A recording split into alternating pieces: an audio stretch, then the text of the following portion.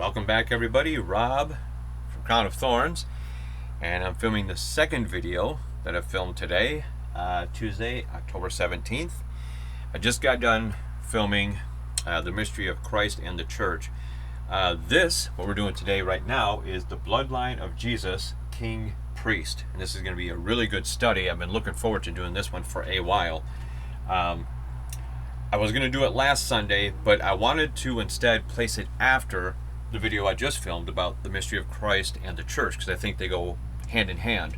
So that way that would come first, and then this one. So last Sunday I put up the video about some dolphins. It was a fun time. So I'm going to jump right into this. There's a lot to cover. I don't know that I'll get it all in to a 1 hour video, which means I might have to split it up. However, I don't want to push any of the other videos back. So if I do have to split it into two, the first part will premiere on Sunday, usual, Sunday at 3 Central Time.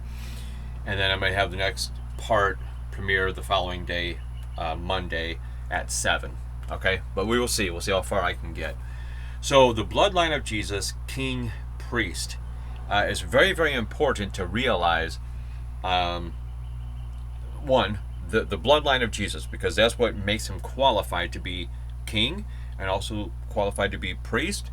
It also lends a hand in him also being a prophet, and Jesus is the only one that could be king and priest, but not only that, king, priest, and prophet.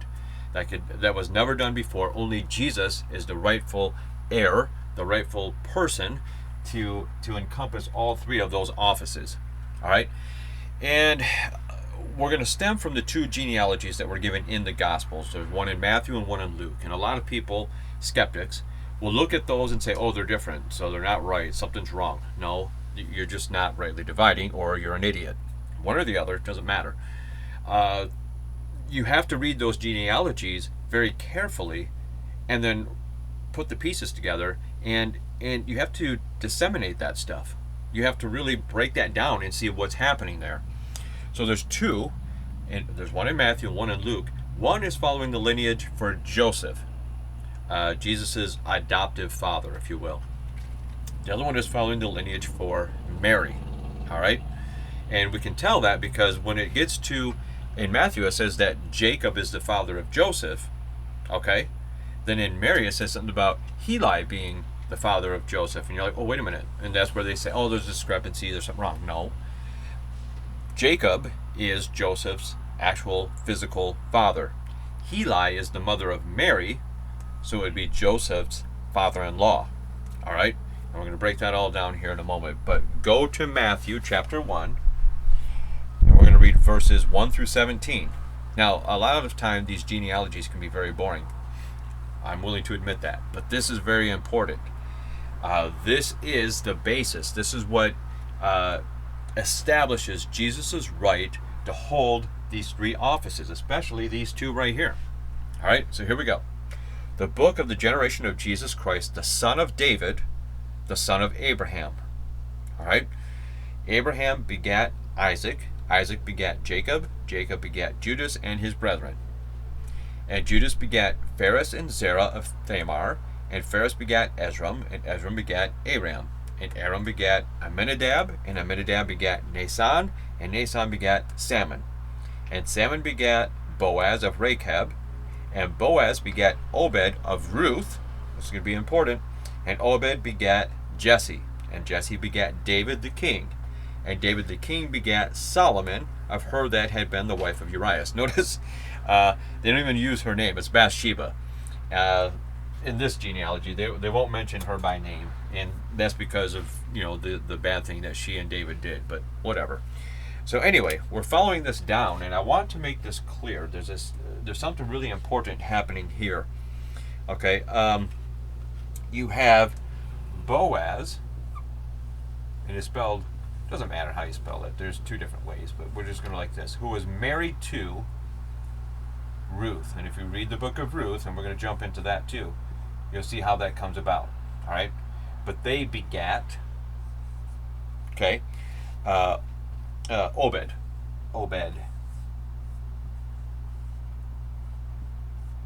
who begat Jesse,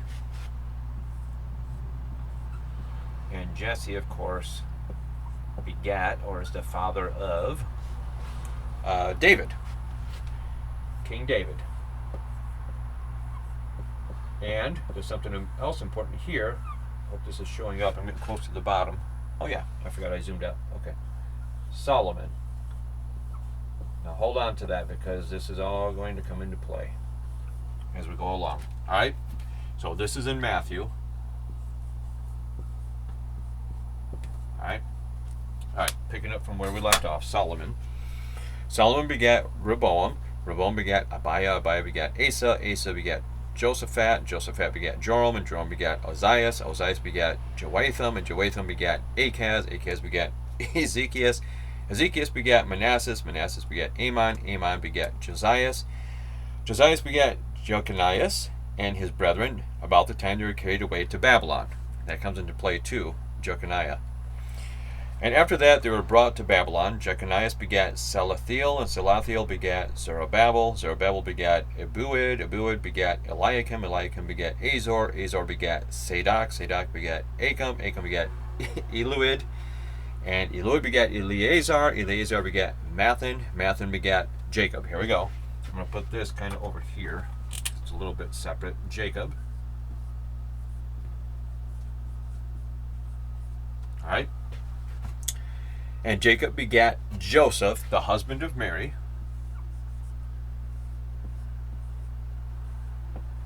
Alright. Of whom was born Jesus, who is called Christ. Okay? So this is following basically Joseph's lineage for Jesus. Alright? This is Joseph's lineage. Jacob being the father of Joseph.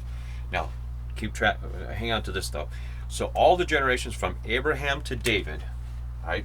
All of the generations from Abraham, I'm going to put Abe, to David are 14. Okay?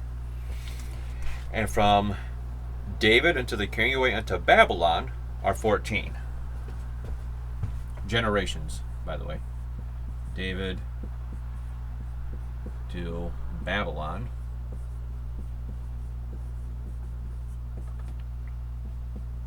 are 14. It means 14 generations passed between the two. Okay, and from the carrying away unto Babylon unto Christ are 14 generations. So from Babylon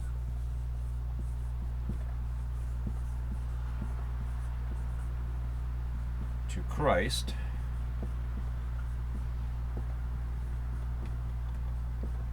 are 14. Alright? Just keep that in mind. So, Matthew arranged in 3 groups of 14, what I just wrote here. 1, why would it be done that way? Well, it makes it easier to remember. You have to remember that Jewish people memorize the scriptures.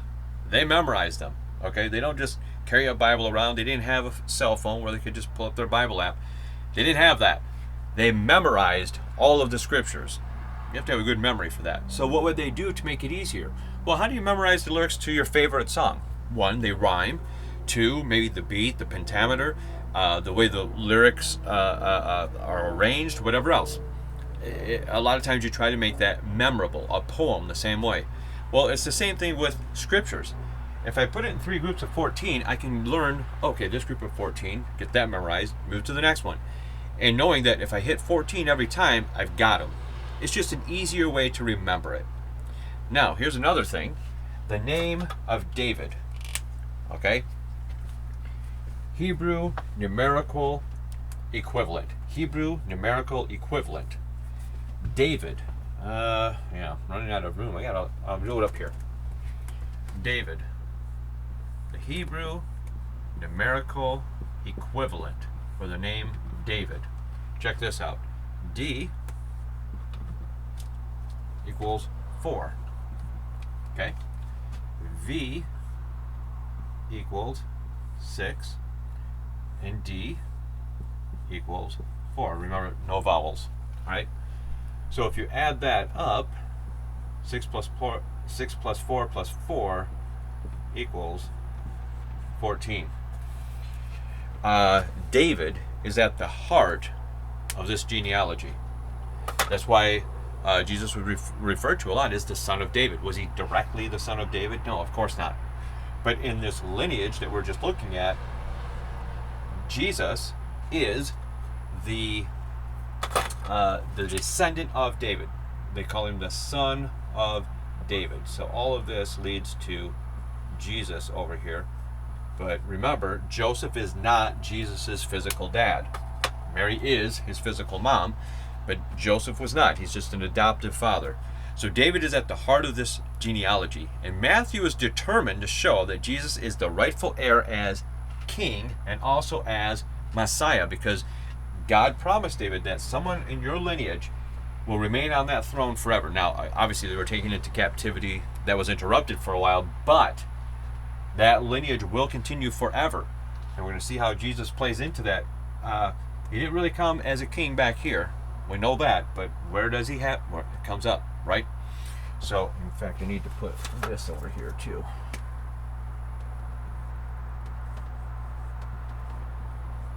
All right. So it's all going to come into play later. So just hang on there. All right. So Matthew is trying to establish. He's determined to establish that Jesus is the rightful heir as king, descending from David, and as the Messiah. That's what the Jews were waiting for, their Messiah. Unfortunately, they rejected him.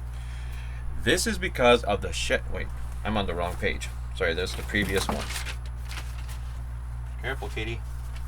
Oh, there we go. All right. Matthew, strangely, and I say strangely because typically speaking, when you're writing out a genealogy, you don't include females. Just the way it goes. You can argue that all you want to, I don't care. The point being is typically only the men were listed. Father to son, father to son, father to son. That's the way it goes. But strangely, Matthew includes 4 women. Tamar, Rahab, Ruth, and Bathsheba, even though it isn't listed by name. He says the wife that was, or the one that was the wife of Uriah.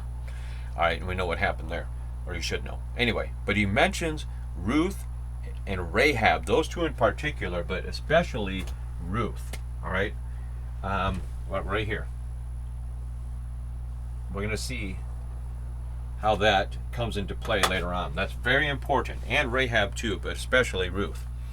Now, Luke, this is the line that leads to Mary, which also establishes that Jesus is king. All right, we're going to establish that Jesus is king from both sides of his lineage, both of his lineages that never happened anywhere else. So this is like a miracle in and of itself, that this lineage for Joseph, the lineage for Mary, they're going to come together in such a way that through both lines, not just one, not just on my dad's side, I'm the heir to be king. Not just on my mom's side, I'm the heir to be king. Jesus is the first and only where both lineages come together so perfectly, they establish Jesus as king. Now keep in mind, like I said, Joseph is not the physical father of Jesus. All right, so Jesus's next physical ancestor has to go through Mary. Hence, her father Heli is mentioned. I'll say that again. Joseph is not the physical father of Jesus. Remember, Mary was a virgin. And in order for Jesus to be 100% God, the Holy Spirit is his father. And because he was born of Mary physically, that's why he's 100% man. But Jesus, or Joseph, is not the physical father of Jesus. So Jesus' next physical ancestor has to go through Mary. Hence, her father, Mary's father, Heli, is mentioned. Go to Luke chapter 3. Luke chapter 3. All right, I'm back. And yes, I did get a package. But that's beside the point. So, Luke chapter 3, we're going to read this lineage, this genealogy. This is important. Just hang in there. It's kind of long, but here we go. And Jesus himself began to be about 30 years of age, being, as was supposed, the son of Joseph. As was supposed, the son of Joseph. Meaning, yes, Joseph was his adopted father. Most people just assume, oh, Joseph is his physical dad. But he's not. That's why it says, as was supposed. All right, the son of Joseph, which was the son of Heli. Again, Joseph Heli is Joseph's father-in-law. It's Mary's dad. All right. So we're following Mary's line back. All right. Okay. So the son of Heli, which was the son of Mathat, which was the son of Levi, the son of Melchi, the son of Janna, son of Joseph, the son of Mattathias, which was the son of Amos, the son of Nam, which was the son of Esli, the son of Nagi, which was the son of Maath, which was the son of Mattathias, the son of Semai, which was the son of Joseph, the son of Judah, which was the son of Joanna, which was the son of Risa, which was the son of Zorobabel, which was the son of Salathiel, which was the son of Neri, which was the son of Melchi, which was the son of Addi, which was the son of Kozum, which was the son of Elmodam, which was the son of Here we go. Which was the son of Jose, probably Josie. I don't think it would be Jose. Anyway, which was the son of Eliezer, which was the son of Joram, which was the son of Mathat, which was the son of Levi, which was the son of Simon, the son of Judah, the son of Joseph, which was the son of Jonan, which was the son of Eliakim, which was the son of Meliah, which was the son of Menon, which was the son of... No, come on, you're going to knock that over. The son of... where was I? Eliakim, which was the son of Meliah, which was the son of Menon, which was the son of Mattatha, which was the son of Nathan, which was the son of David. So over here on Mary's side, we've got Luke. We've got David. Now it's doing it in a different order in Luke. Okay, instead of going forward, it's going back. But it says that which was David, which is in essence the son of Nathan. All right, this is important, so I'm going to put this up here.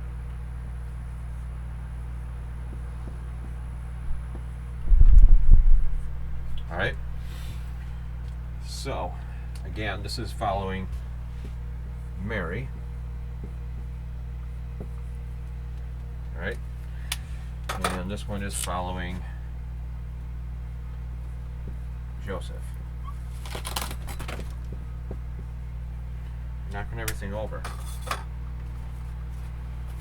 All right. So, we'll keep going. So David, who was the son of Jesse, who was the son of Obed, who was the son of Boaz, which was the son of Salmon, which was the son of Nason.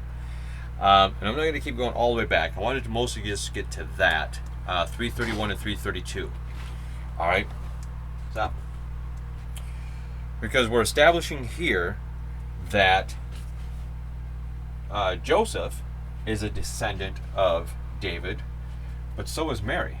Her lineage also goes back to David. Now, you have David, who has two sons, Solomon and Nathan. All right? And so Mary is a descendant of David through Nathan, and Joseph is a descendant of David through Solomon. Okay? This is very, very important. All right? Also, again, noticing that Boaz is mentioned in both, which also includes Ruth. And we're going to come back to that in just a second. All right. Okay. All right. So again, Luke chapter 3, 31 and 32, which was the son of Meliah, which was the son of Menon, which was the son of Mattatha, which was the son of Nathan, which was the son of David, which was the son of Jesse, which was the son of Obed, which was the son of Boaz. Now, those ones in particular, again, it's going in a different order than Matthew, but what we're getting from that, following this lineage in Luke for Mary, is that David is the father of Nathan, okay? And that Boaz marries Ruth, and Ruth was a Moabitess, all right? So, what do we know about the Moabites? Well, go to Ruth chapter 2, verse 2. And Ruth the Moabitess said unto Naomi, Let me now go to the field, and glean ears of corn after him, in whose sight I shall find grace. And she said unto her, Go, my daughter. So this is a custom. Ruth followed Naomi back to Israel. Okay, and now she's looking to get a job. She has to be able to support herself and her mother-in-law, Naomi. All right? Ruth chapter 3, verses 1 through 13. Then Naomi her mother-in-law said unto her, My daughter, shall I not seek rest for thee, that it may be well with thee? And now is not Boaz of our kindred, with whose maidens thou wast? Behold, he winnoweth barley tonight in the threshing floor. Wash thyself therefore, and anoint thee, and put thy raiment upon thee, and get thee down to the floor, but make not thyself known unto the man, until he shall have done eating and drinking. And it shall be, when he lieth down, that thou shalt mark the place where he shall lie, and thou shalt go in, and uncover his feet, and lay thee down, and he will tell thee what thou shalt do. So this is a Jewish custom. This is how you, I guess, court a fella. If you're a Jewish woman, this is how you make it known to him that you're interested in him. All right? And she said unto her, All that thou sayest unto me I will do. And she went down unto the floor, and did according to all that her mother-in-law bade her. And when Boaz had eaten and drunk, and his heart was merry, he went to lie down at the end of the heap of corn. And she came softly, and uncovered his feet, and laid her down. And it came to pass at midnight that the man was afraid, and turned himself. And behold, a woman lay at his feet. And he said, Who art thou? And she answered, I am Ruth thy handmaid. Spread therefore thy skirt over thine handmaid, for thou art a near kinsman. So this is, again, part of this ritual. I'm going to uncover your feet, and I'm going to lay by your feet. Now you're awake. Cover me up with part of your skirt. All right. And he said, Blessed be thou of the Lord, my daughter, for thou hast showed more kindness in the latter end than at the beginning, inasmuch as thou followest not young men, whether poor or rich. And now, my daughter, fear not. I will do to thee all that thou requirest, for all the city of my people doth know that thou art a virtuous woman. And she was a virtuous woman. Naomi, her husband, and their 2 sons had moved to Moab because there was a drought or famine in Israel. Now, the 2 sons ended up marrying, one of which was Ruth. Naomi's husband dies, and then her 2 sons die. So now it's just Naomi and her 2 daughters-in-law. All right? But Ruth decides she's going to go back to Israel. And make sure you read the book of Ruth, because it's important and it's a good story. And the 2 daughters start to follow her, but Naomi says, you know what, there's nothing for you in Israel. I can't produce any more sons for you. There's no reason for you to follow me. You should just stay here with your friends and your family. One of the daughters-in-law does. She stays. I don't remember her name. Ruth, however, says, No, Naomi, I'm going to follow you. Your people will be my people. Your land will be my land. And your God will be my God. So Ruth gives up all those pagan false gods to follow the one true God. And people realize that. They're like, Ruth, she's a Moabite, but she's virtuous. She's admirable. She followed Naomi back with nothing to gain by doing so. And she's given up all those false gods, and she wants to worship the one true God. She was virtuous. And now it is true that I am thy near kinsman. Howbeit there's a kinsman nearer than I. Tarry this night, and it shall be in the morning, that if he will perform unto thee the part of kinsman, well, let him do the kinsman part. But if he will not do the part of a kinsman to thee, then I will do the part of a kinsman to thee, as the Lord liveth. Lie down until morning. There was a relative that was closer than what Boaz was, so he had first dibs on Ruth, in other words. It turns out that he doesn't want to take Ruth because it would mess up his inheritance or whatever else, because of the tribal stuff, whatever. So he passes. Boaz then gets to marry Ruth. Okay? So, Ruth 4, verses 17 through 22.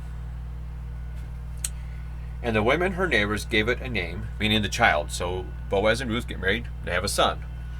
There was a son born to Naomi, and they called his name Obed. He is the father of Jesse, the father of David. Now these are the generations of Pharez. Pharez begat Hezron. Hezron begat Ram. Ram begat Amminadab. Amminadab begat Nahshon. Nahshon begat Salmon. Salmon begat Boaz. Boaz begat Obed. And Obed begat Jesse. And Jesse begat David. Here and over here. And then from David we get Nathan and Solomon.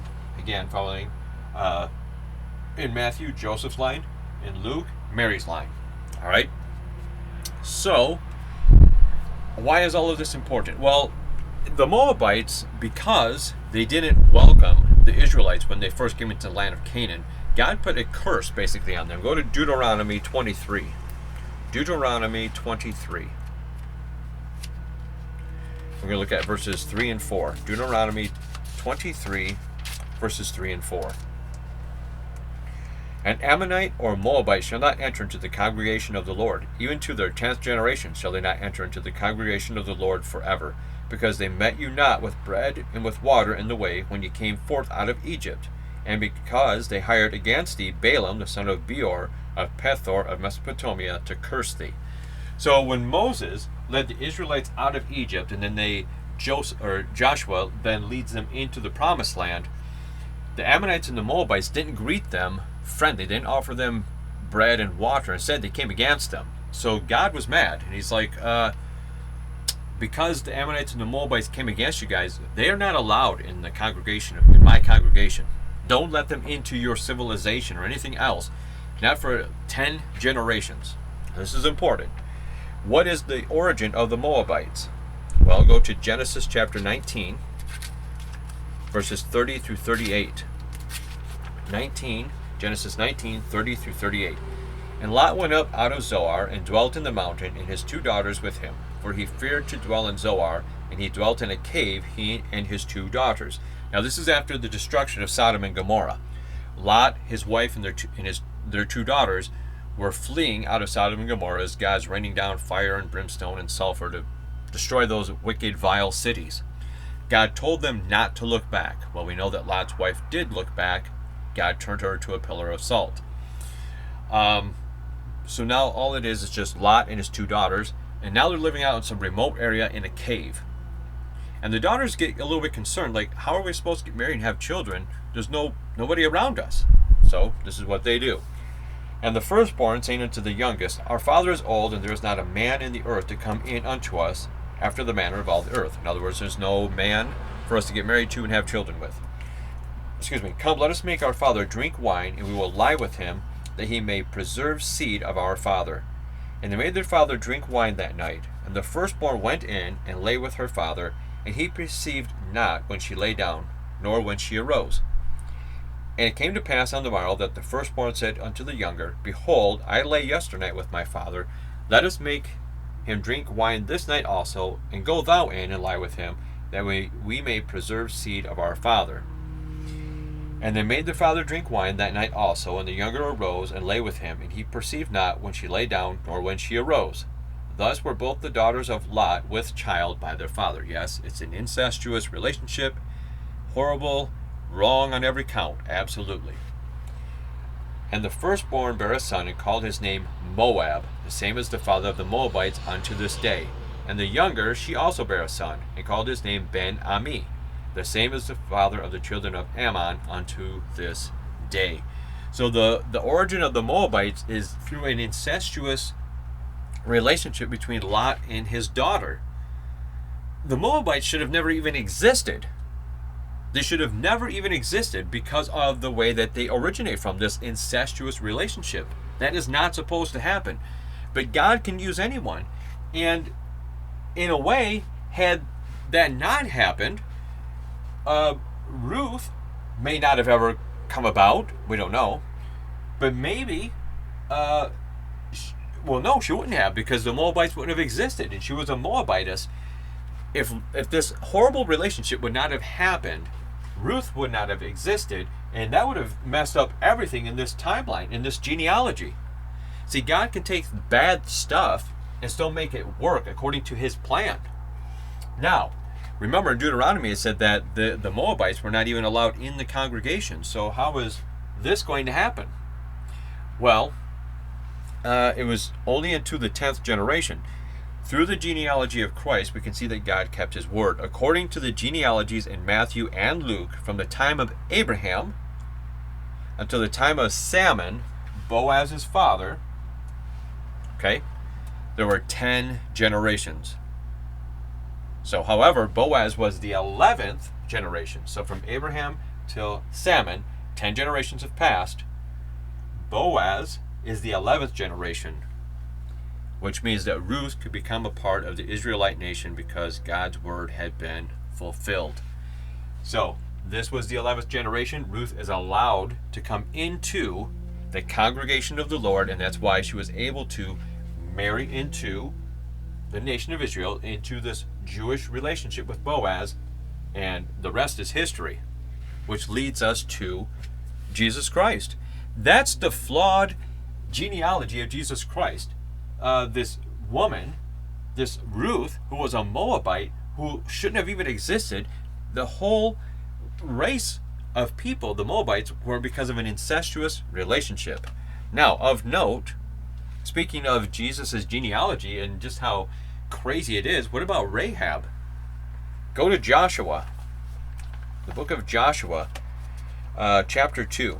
Joshua chapter 2, verses 3 through 7. And the king of Jericho sent unto Rahab, saying, Bring forth the men that are come to thee, which are entered into thine house, for they be come to search out all the country. Now, to give some context, the Israelites have crossed over. They're in the land of Canaan. They're going to try to destroy the city of Jericho. So they send these two spies in. Well, they're found out. So the king is now looking for these two spies. He wants to kill them, obviously. All right, so here we go, verse 4. And the woman took the two men and hid them, and said thus, There came men unto me, but I wist not whence they were. And it came to pass about the time of the shutting of the gate, when it was dark, that the men went out. Whither the men went I wot not. Pursue after them quickly, for ye shall overtake them. But she had brought them up to the roof of the house, and hid them with the stalks of flax, which she had laid in order upon the roof. And the men pursued after them the way to Jordan unto the fords. And as soon as they which pursued after them were gone out, they shut the gate. So, in essence, these guards are looking for these two spies. Rahab hid them. She protected those two spies. Did she lie? Yes. Is lying always wrong? No. That's a story for another day, but there you go. She protected these two Israelite spies. All right? Now verses 9 through 15.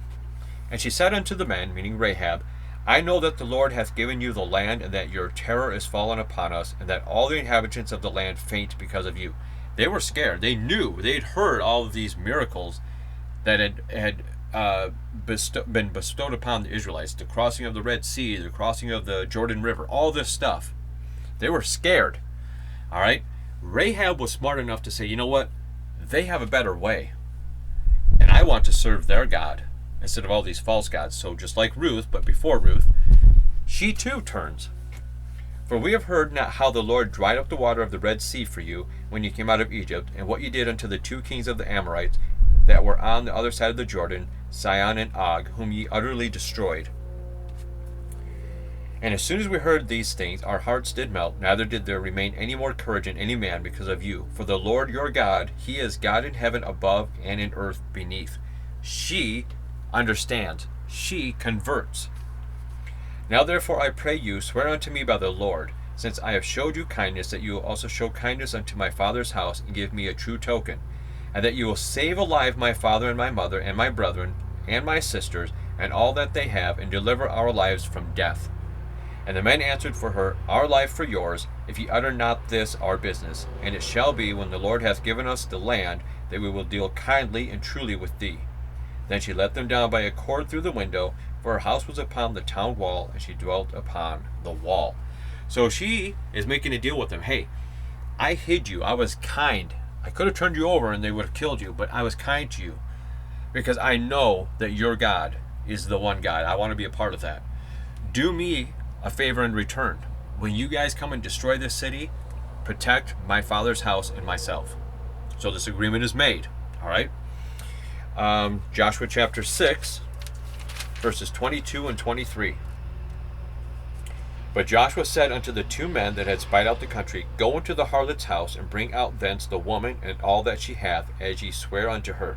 And the young men that were spies went in, and brought out Rahab and her father and her mother and her brethren, and all that she had, and they brought out all her kindred, and left them without the camp of Israel. Now, they could be within the camp, okay, but they spared them from the destruction of Jericho. That's a story for another day about being outside the camp. But the point is, Rahab is also in this lineage of Jesus Christ. This person that spared the Israelites. Okay? Seedy lineage. But yet, from that seedy lineage, we get our Lord and Savior Jesus Christ. Point being, no matter what your lineage or genealogy is, no matter what your ancestors have done, no matter what you have done, God can still use you. God can use anyone. All right? Okay, so back to Luke. Jesus was also a prophet. And I gotta make sure I'm on my right page. Yes. Jesus was also a prophet. Now, that's what he came as. He came as a prophet, a preacher. These offices are implied, but they will be fulfilled out here. But he came as a prophet, as prophesied in the Old Testament. Go to Deuteronomy again, chapter 18. Deuteronomy chapter 18. We're looking at verse 15. So Deuteronomy 18:15, which says, "The Lord thy God will raise up unto thee a prophet," capital P, "from the midst of thee, of thy brethren, like unto me, unto him ye shall hearken." All right? So it's being prophesied in the Old Testament. There's going to be this prophet coming for you and your people. All right? Go to Acts 3:22. The book of Acts. Matthew, Mark, Luke, John, then Acts. Chapter 3, verse 22. Which says, "For Moses truly said unto the fathers, A prophet shall the Lord your God raise up unto you of your brethren, like unto me. Him shall ye hear in all things whatsoever he shall say unto you." So here it is, that prophecy now being fulfilled. All right? He came to preach. That's what a prophet does. They come to preach. Luke chapter 4. Back to Luke chapter 4.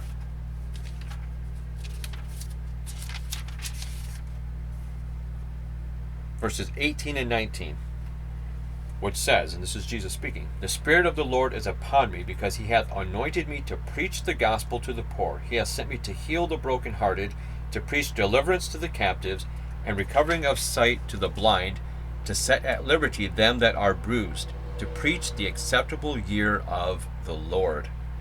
So Jesus fulfilled this prophecy of being a prophet. All right? Jesus was king, prophet, and priest. Now, he'll fully realize these two offices out here, but he definitely realized and fulfilled to full potential the office of prophet. All right? So how is he a priest? We've talked about these two lineages which bring him to the point of being the king. He's the king from both lineages. No one else ever had that. He's a prophet because it was prophesied by God in the Old Testament. So he was destined to be that prophet. How does he fit the order of being a priest? This is really interesting. Go to Hebrews chapter 5. I hope you're still hanging in with me. By the way, I'm pretty sure I'm going to go over an hour. I have to edit this down because I had to leave for a few minutes to get a package. So I got to edit this down. So I have no idea. I left the camera running. So right now it says I'm at an hour and 2 minutes. But I have no idea how much of that is actual Bible study stuff and how much of that was me outside getting my package. So I don't know where to split this up. I don't want to turn it off. I'm going to keep filming. And so this first part of the video might just end abruptly. I'm going to cut it off right around an hour. And then the next one will premiere, like I said, on Monday. But so it might end abruptly, but just know that the second part will come out the following day. All right. So Hebrews chapter 5, verses 8 through 10. Hebrews chapter 5. We're going to read verses 8 through 10.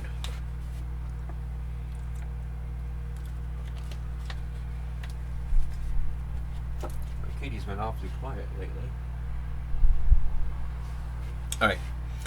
Hebrews chapter 5, verses 8 through 10. "Though he were a son, yet learned he obedience by the things which he suffered. And being made perfect, he became the author of eternal salvation to all that obey him.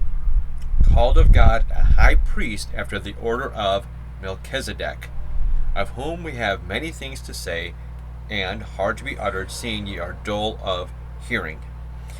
Called after the order of Melchizedek. Now we're going to talk a lot about Melchizedek and how he plays into all of this.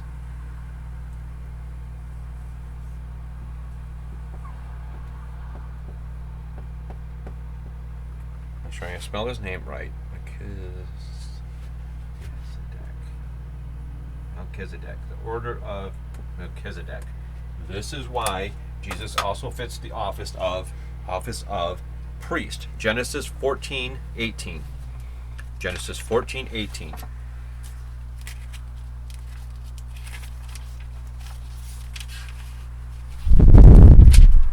Excuse me. Genesis 14:18, which says, "And Melchizedek, king of Salem, brought forth bread and wine, and he was the priest of the Most High God." So Melchizedek is a priest. All right? Of the Most High God. Now, well, we'll get there. Hang in there.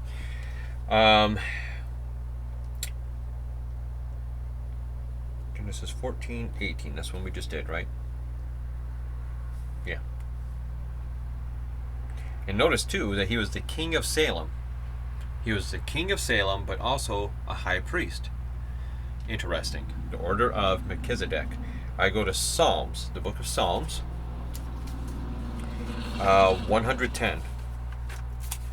Psalm 110. We're looking at verse 4. "The Lord hath sworn and will not repent. Thou art a priest forever after the order of Melchizedek." Who are they talking about? Obviously, this is all referring to Jesus. David is prophesying of the coming Messiah who would come after the order of Melchizedek, who was the king of Salem, a precursor to Jerusalem, and was also a high priest after the order of the Lord, by appointment of the Lord, God himself. Go to Hebrews chapter 7. Hebrews chapter 7, and this is going to be a long read, but it's important. Hebrews chapter 7. We're basically reading the whole thing, 1 through 28. All right. "For this Melchizedek, king of Salem, priest of the Most High God, who met Abraham returning from the slaughter of the kings, and blessed him, to whom also Abraham gave a tenth part of all, first being by interpretation king of righteousness, and after that also king of Salem, which is king of peace." Jerusalem, Salem means peace. All right. "Without father, without mother, without descent, having neither beginning of days nor end of life, but made like unto the Son of God, abideth a priest continually." This is referring to Melchizedek. Who else does that sound like? Who also fits this office? I believe, and a lot of people believe too, that this Melchizedek was a pre-incarnate Jesus Christ.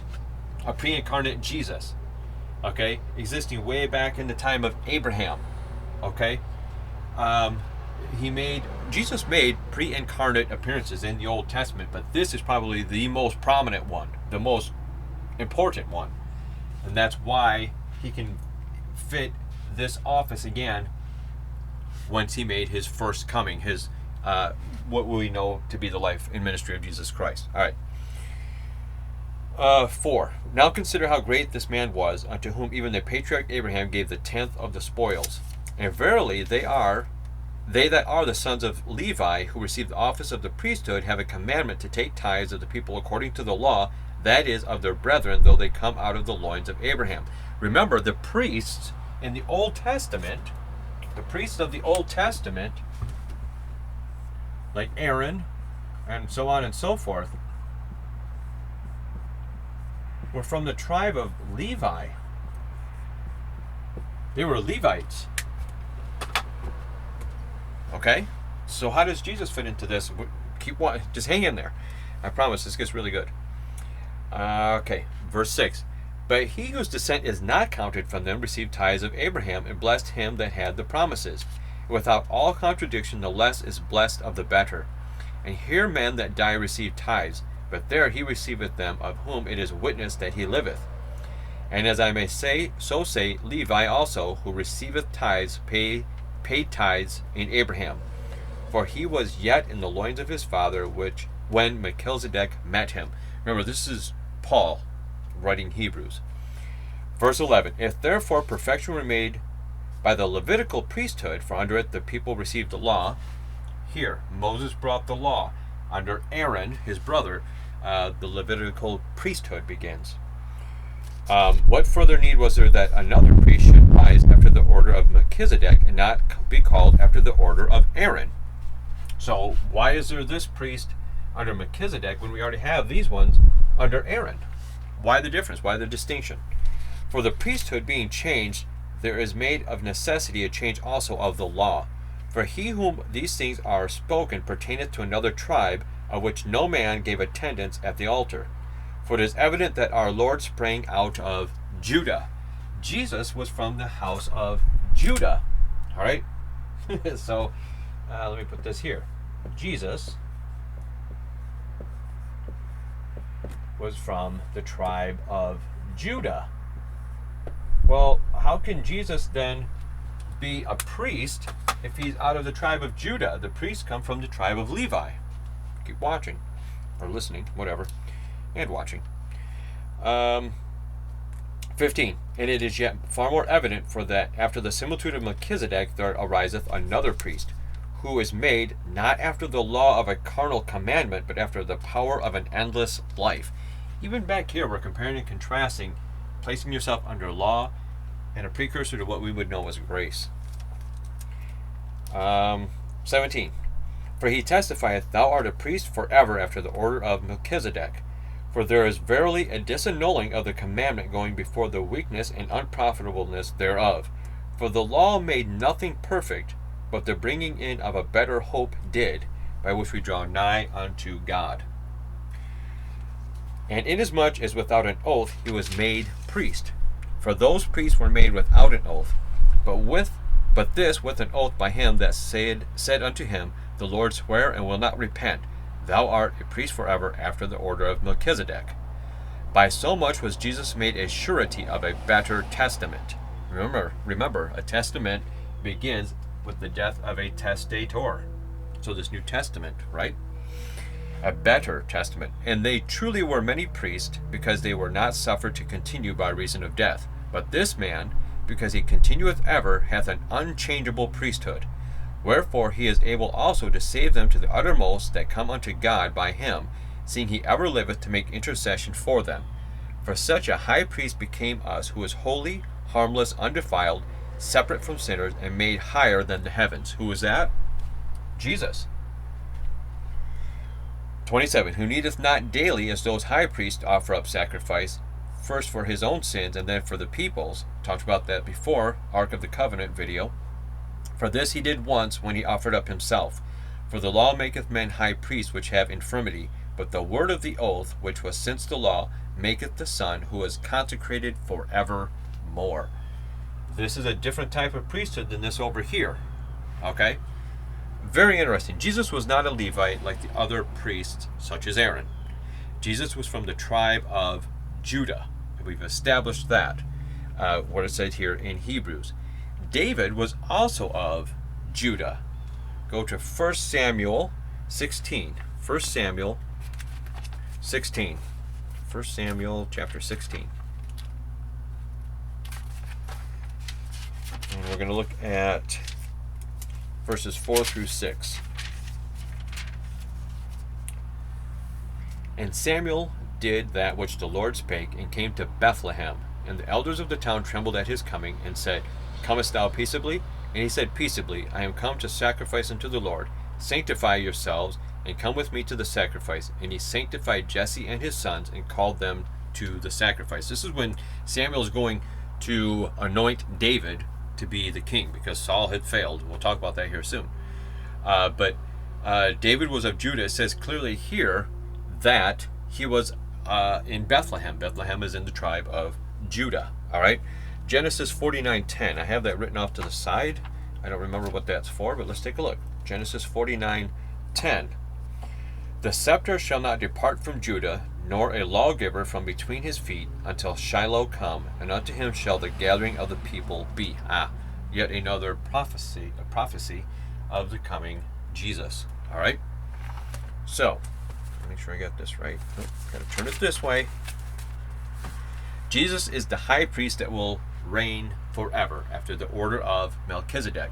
In his first coming, he did not come to be a king or a priest. I said that. He didn't come. That's part of the reason why the Jews rejected him. They wanted him to be king. They wanted him to take the throne and get rid of those Romans, get the Romans out of our country. When he didn't do that, that's when they turned on him. That's when they turned on him. They didn't realize, or they didn't want to realize, that first they needed to be atoned for. He had to make them worthy of having their own nation again, worthy of this kingdom of heaven. He had to die first, but they weren't willing to wait. So when he offered himself up as a sacrifice, they lost interest. Man, that's not the guy that's coming to give us our country back. We don't care. Horrible. All right, he came as a prophet who was 100% man through this lineage of Mary, because he was born of her, and 100% God through the Holy Spirit. Remember, Mary was a virgin, not a perpetual one, but she was a virgin before Jesus. And the Holy Spirit is the one who impregnated Mary. So he's 100% God, 100% man. But one day he will completely fulfill his offices as prophet, priest, and king. Go back to Luke chapter 1. Luke chapter 1, verse 32. He shall be great, and shall be called the Son of the Highest, and the Lord God shall give unto him the throne of his father David. All right? Only Jesus can be king and high priest. Now, after the order of Melchizedek. So if it's saying that only Jesus can be king and priest, again, I go back to saying Melchizedek was a pre-incarnate appearance of Christ. And that's why Jesus here can pick up from that exact same office. All right? Go to 1 Samuel.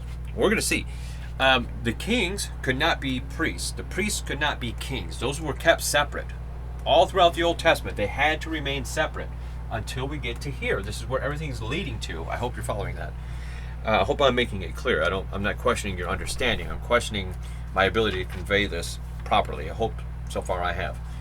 1 Samuel. 1 Samuel chapter 13. 1 Samuel chapter 3, right after the book of Ruth. 1 Samuel chapter 13. We're going to look at verses 8 through 14. 8 through 14. And he, meaning Saul. Now remember, we just talked about how Samuel was on his way to anoint David as the next king. This is where Saul fails. Well, he failed several times, but this is one of them. This is painting a picture again. Old Testament, painting a picture. Well, I'll just read it. And he, Saul, tarried 7 days according to the set time that Samuel, the priest, the prophet, had appointed. But Samuel came not to Gilgal, and the people were scattered from him. And Saul said, Bring hither a burnt offering to me, and peace offerings. And he offered the burnt offering. A king was not supposed to do that. That's for the priest only, for the prophet. They're the ones that offer the sacrifices. Saul got impatient. Samuel didn't show up on time. Samuel was the one that was supposed to do that. Those two offices are to remain separate because only one can fulfill both offices, and that's Jesus. And God doesn't like when people try to mess with his plan. I don't blame him. And it came to pass that as soon as he made an end of offering the burnt offering, behold, Samuel came, and Saul went out to meet him, that he might salute him. And Samuel said, What hast thou done? And Saul said, Because I saw that the people were scattered from me, and that thou comest not within the days appointed, and that the Philistines gathered themselves together at Michmash, therefore said I, the Philistines will come down now upon me to Gilgal, and I have not made supplication unto the Lord. I forced myself, therefore, and offered a burnt offering. I forced myself. That's good. And Samuel said to Saul, Thou hast done foolishly. Thou hast not kept the commandment of the Lord thy God, which he commanded thee. For now would the Lord have established thy kingdom upon Israel forever. But now thy kingdom shall not continue. The Lord hath sought him a man after his own heart, and the Lord hath commanded him to be captain over his people, because thou hast not kept that which the Lord commanded thee. Saul, technically his son Jonathan, should have been the next king, and his lineage should have been the line of kings through Israel. But because Saul messed up, here in particular, trying to fulfill both of these offices, it was taken from him. And it says, it was given to a man after his own heart. That's David. God had already said, all right, we're going over here to David. That's where this lineage will have to go because Saul fouled up. Okay? So the point to all of that is that Saul tried to do something that was only reserved for Jesus himself, to be king and priest. And he lost everything. He lost his kingdom because of that. All right? So, David to Jesus. We've talked about it some. How do we get to Jesus? Well, through Joseph, Jesus' adoptive father. Through that lineage, we're coming through Solomon. Through Mary, we're coming through Nathan. Both are sons of David. This is why only Jesus fits this criteria of having a kingly descendant of David from both sides of his parentage. Now, again, Joseph is not his physical dad. He's still his adoptive dad. And in Jewish culture, an adoptive dad could still pass his inheritance along to an adoptive son. So it's still within Jewish reckoning. All right? These genealogies both confirm Jesus as king as they lead back to David. Jesus is physically descended of David through Mary. All right? Now, Jeconiah, I told you to hang on to that from earlier when we were reading the lineage. Go back to Matthew chapter 1. This is pretty interesting too. Talking about a seedy lineage, our Lord and Savior Jesus Christ has quite a seedy lineage. But again, look what he did with his life. Now, we can't be as perfect as Christ, but again, whatever your lineage is, whatever your parents have done, who cares? That doesn't disqualify you from being something better. It doesn't disqualify you from being a servant of Jesus. All right? Matthew chapter 1, verses 11 and 12. And Josiah begat Jeconiah and his brethren about the time they were carried away to Babylon. And after they were brought to Babylon, Jeconiah begat Salathiel, and Salathiel begat Zerubbabel. All right, hang on to that. Turn my page the right way. Here we go. So a curse was put on Jeconiah by Jeremiah. Jeconiah was one of the last king before they were carried off into captivity in Babylon, and he was not a good guy. He did a lot of bad stuff. So Jeremiah puts a curse on him. Go to Jeremiah chapter 22. Jeremiah chapter 22. Verse 30. Thus saith the Lord, write ye this, man childless, a man that shall not prosper in his days, for no man of his seed shall prosper, sitting upon the throne of David and ruling any more in Judah. This is God talking to Jeremiah. Jeremiah saying to Jeconiah, Jeconiah, the lineage through you is gone. Gone. No one from your lineage is ever going to rule in Israel again. Okay? None of your ancestors are going to ever rule or sit upon the throne of David anymore. Because he'd been such a bad king, and he was kind of sneaky. Read it for yourself. I can't get into it now, but just read it. Now, had Jesus been the physical son of Joseph, one, he wouldn't have been 100% God, or any part God, but also he would not have been allowed to be king because of this curse that was put on Jeconiah. Because it says, hey, none of your descendants, Jeconiah, are going to be able to sit on the throne of David. That would be Jesus if he were the physical son of Joseph. Huh?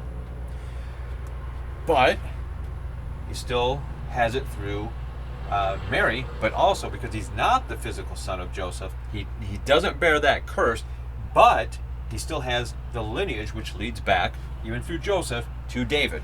All right? Go to Romans 1:3. Romans 1:3.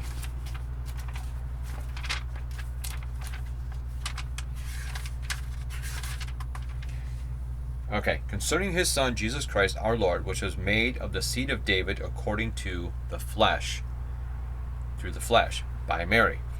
All right, Matthew chapter 20. Matthew chapter 20.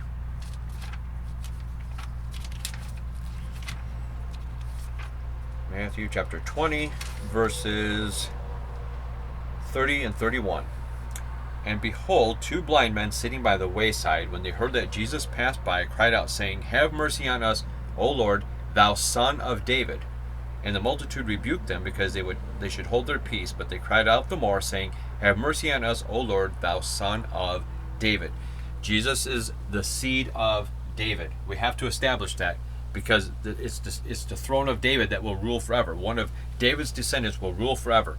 Now, the scene with Jeconiah, again, Jesus is excluded from that because he's not a physical descendant of Joseph, but through Mary and through the lineage on both sides, he is the seed of David. Matthew 1:1. And the Bible says it over and over again. The book of the generation of Jesus Christ, the son of David, the son of Abraham. He is the son of David. Revelation 5:5.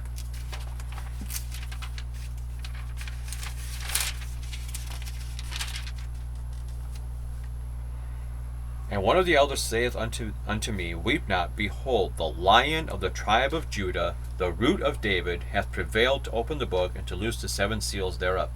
That's Jesus. The tribe of Judah, the seed of David. All of this is coming together that proves, look, I don't even know how people can dispute any of this. All of these things coming together so perfectly, leading to Jesus Christ as king, as priest, as prophet, as the Messiah. It's bewildering to me how people can't see this. Look, this stuff can't just be made up. This is divine. I don't, that's the way I see it anyway. I don't know what you're getting out of this, but I'm seeing this as God working in a miraculous way, especially considering the lineage and all the things that happened before Jesus.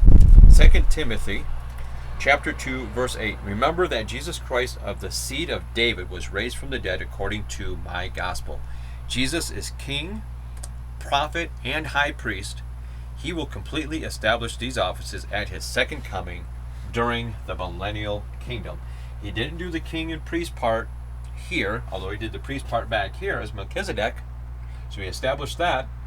His lineage makes him the only one that makes him more than qualified to be the king, even with both lineages. And the only one that has both lineages which lead to king, through David, through his son Solomon and Nathan, through Mary and Joseph.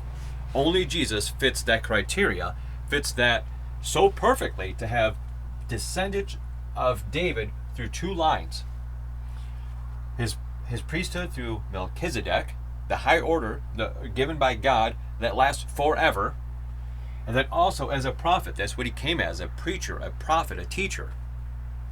He fulfilled all of those offices, especially out here in the millennial kingdom. All three of those will be established firmly. Go to Revelation chapter 20. We're going to read verses 2 through 7. And he laid hold on the dragon, that old serpent which is the devil and Satan, and bound him 1,000 years, and cast him into the bottomless pit, and shut him up, and set a seal upon him, that he should deceive the nations no more, till the 1,000 years should be fulfilled, and after that he must be loosed a little season. And I saw thrones, and they sat upon them, and the judgment was given unto them. And I saw the souls of them that were beheaded for the witness of Jesus, and for the word of God, and which had not worshipped the beast, neither his image, neither had received his mark upon their foreheads or in their hands, and they lived and reigned with Christ 1,000 years. But the rest of the dead lived not again until the 1,000 years were finished. This is the first resurrection. Blessed and holy is he that hath part in the first resurrection. On such the second death hath no power, but they shall be priests of God and of Christ, and shall reign with him 1,000 years. And when the 1,000 years are expired, Satan shall be loosed out of his prison. There it is. Jesus will rule and reign this 1,000 years. We get to rule and reign with him. He will be king, priest, prophet. He will fulfill all three offices. No one else fits that criteria. No one else could have all of these things come together at that precise moment. It's a miracle. If you can't see it, you'll probably never see it. But there it is. I hope that this helps you out. All of these things establish that Jesus, king, priest, prophet, the Messiah, 100% God, 100% man, the only one that could fulfill all of this prophecy. It's just amazing to me. So anyway, guys, I'm going to edit this down as best I can. It might be split into 2 parts. I'm at an hour and a half, again, depending how long I took to get my package or whatever else. I might be able to fit it into 1. We'll see. So anyway, guys, questions, comments, leave them below. I ask that you would like, share, subscribe, hit your notification bell so that you know when new videos are released. If you're saved, what are you doing? What are you doing to bring people to Jesus? What are you doing to get people saved? If you're not saved, what are you waiting for? All of this, even to a skeptic, should prove to you beyond a shadow of a doubt that Jesus is who he said he is. God in the flesh, the king, the priest, the prophet. So what must you do to get saved? Well, 1 Corinthians 15, 1 through 4. The gospel encapsulated. Paul tells us we must trust on the death, burial, and resurrection of Jesus Christ. Romans 3:25.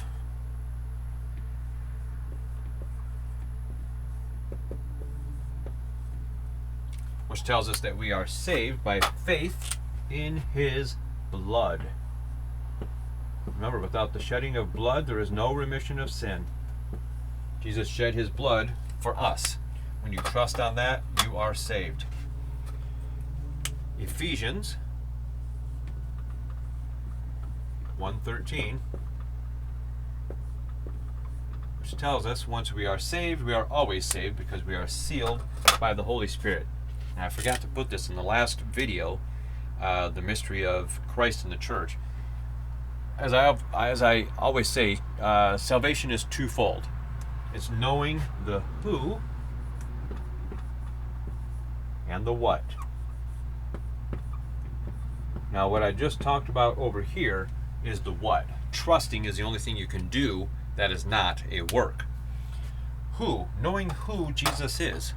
Well, this video should tell you everything that you need to know about Jesus, who he is. He is God in the flesh, 100% God, 100% man. He is the king, the priest, the prophet. He is everything. So you need to know the who and the what for salvation. Questions, comments, leave them below or put them, or you can write to me, the various means. Join us for the live chats when these videos go live. Yeah, I hope this was informative. I've been looking forward to this one for a long time, so I was glad to finally be able to get it up here and get it done. This is one of my most favorite Bible studies that I've done. So hopefully you enjoyed it too. All right, guys, until next time, take care and God bless.